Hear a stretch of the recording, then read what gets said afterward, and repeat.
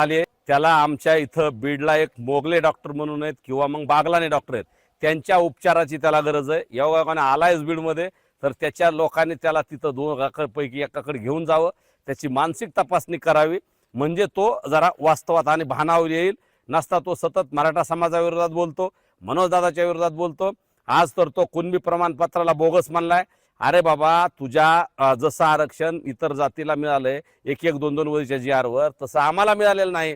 आमच्या पूर्वापार नोंदी आहेत, इतिहासकालीन नोंदी आहेत, त्याच्यावर आम्हाला आरक्षण मिळाले। त्याच्यामुळे तू कोर्टात जायची किंवा त्या नोंदी रद्द करायची, आमचे प्रमाणपत्र रद्द करायची भाषा करू नको।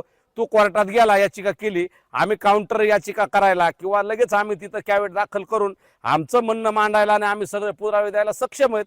त्यामुळे अगोदर त्याचं मानसिक संतुलन तपासावं आणि नंतर त्यांनी कोर्टात जावं, नाही तर कुठं जावं, जिथं जाईल तिथं।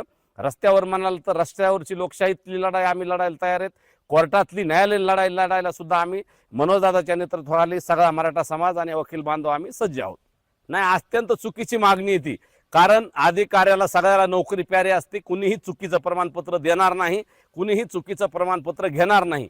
ज्या आमच्या ऐतिहासिक नोंदीत त्या आधारेच हे प्रमाणपत्र दिले जात आहेत। परंतु मराठा द्वेषाचा कावीळ झालेल्या लक्ष्मण हाकेला आणि त्याच्या काही चांडाळ चौकडीला जाणून बुजून मराठा द्वेष करायची सवय लागली।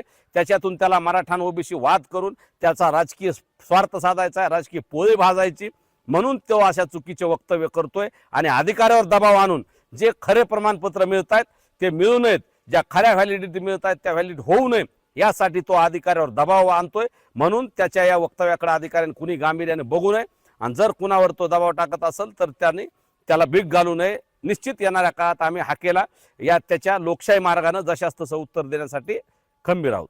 अहो, मनोजदादांनी मुंबई बी 2दा गेले, इथं बी उपोषण केलं, उन्हात बी उपोषण केलं। उन्हात उपोषण केलं तेव्हा ह्याने वल्गना केल्या अनेक, परंतु त्या वडीगुद्रेचे आमचे बांधव, धनगर बांधव, त्यांनी तिथं यावेळेस त्याला येऊ सुद्धा दिलं नाही हो। तिथं उपोषण करायला त्याला जागा मिळाली नाही, नाहीतर त्यांनी चाचपणी केली या परिसरात कुठं उपोषण करता येतंय का। परंतु त्याला आता त्याच्या मागे ओबीसी समाज राहिला नाही, धनगर समाज तर नाहीच नाही। आणि त्याला जर खरंच उपोषण करायचं असेल, खरंच जर त्याला नैतिकतेची चाड असेल, तर त्यांनी धनगर समाजाच्या एसटीतल्या आरक्षणासाठी उपोषण करावं, आंदोलन करावं। नसता उगाच मराठा ओबीसी वाद लावायसाठी ओबीसीवर काहीतरी अन्याय झालाय असं भासवायचं आणि मराठा ओबीसी वाद लावायचं हे त्यांनी थांबवावं। आणि धनगर बांधवांनी सुद्धा लक्षात ठेवावं, ओबीसी बांधवांनी लक्षात ठेवावं, याला ओबीसीचा नेता व्हायचंय। अनेक ओबीसीचे नेते आहेत या राज्यात, ते कुणी बोलत नसताना त्यांना माहिती आहे आमच्या सगळ्या नोंदी अधिकृत आहेत। बुद्धी भ्रष्ट झाली आहे, त्याला आमच्या इथं बीडला एक मोगले डॉक्टर